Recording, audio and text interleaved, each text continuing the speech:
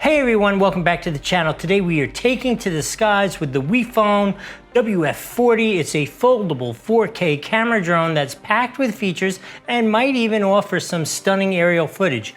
But does it live up to the hype? Let's find out.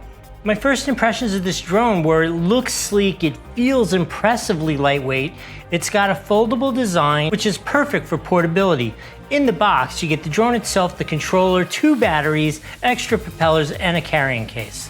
Let's dive into the specs of the WeFone W40. It boasts a 4K camera with a 2-axis gimbal and electronic image stabilization, otherwise known as EIS.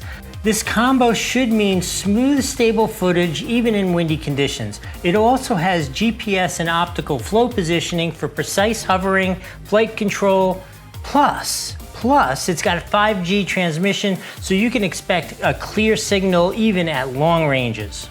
I took this drone out for multiple spins. You're looking at the images now. It was really impressive with its performance. It's super easy to fly, even for beginners. The controls are responsive. The drone feels very stable in the air.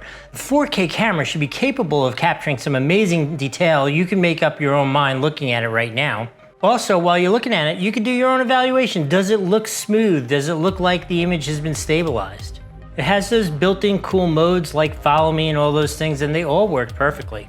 Before we get to the review, which will be my personal experience with it, let me answer some of those common questions I see about this. One of the things is, what is the flight time like? The WeFone W40 comes with 2 batteries, each providing about 20 minutes of flight time, so you're getting about 40 minutes of flight time, which is really pretty impressive for a drone at this price range. Question number 2 is it difficult to fly? Not at all. This drone is designed with beginners in mind. It has features like auto takeoff and landing, altitude hold, should I say that 3 times fast? Altitude hold, and 1 key return, making it super easy to control. Plus the GPS helps the drone remain stable and prevents it from drifting.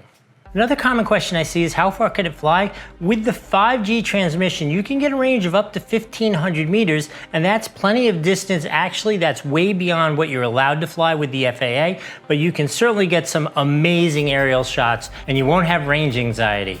So those are the details of it. What do you say we go ask me what the actual experience of using it was like? All right, I'm back. You saw it fly, you heard all the specs. Let's talk about the actual real world experience. And I am a super fan of this. This is probably my top of the list now for like a first timer's drone or an advanced beginner drone, that kind of thing. This was close to perfect in that role, right? The only question I have is the image quality, which you've actually seen already, I haven't seen yet. But I'm gonna talk to you about the actual experience using it. First off, connecting it and the connectivity with the application, spot on, amazing. They've gotten so good with these systems, it's quite impressive actually. So it's super easy to fly, get up in the air, intuitive, the automatic functions are great. It's kind of limited, as one would expect with a beginner drone. There aren't a ton of different adjustments you can make to the camera and that kind of stuff, but that's really not why this is here. This is really just so you can enjoy flying, see where you're going, get some video, get some images, not to really make artwork per se, right? Now let's talk about the flying. It was super accurate, way maneuverable, did great in the wind, which it's not really designed to be a big wind kind of thing, but it did great in the wind. And I think the most important part, let's put it up on the screen right now. That's right. I crashed into it with an airplane and took the thing down, and it crashed hard. You can see, I'll cut to the B-roll so you can see what this thing looks like now.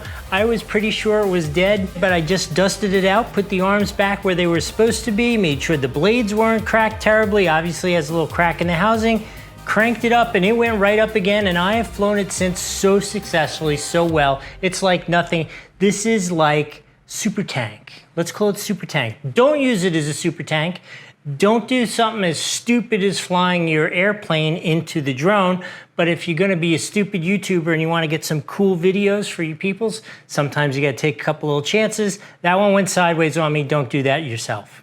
I would highly recommend this for anybody who's considering a gift for somebody for their first drone. Your husband wants a drone, he's been bugging you, you were saying this seems reasonable. You cannot go wrong with this. Great idea. I commend you for coming up with, actually, there may be a link right below me here on the screen. Worst case, there's a link in the description.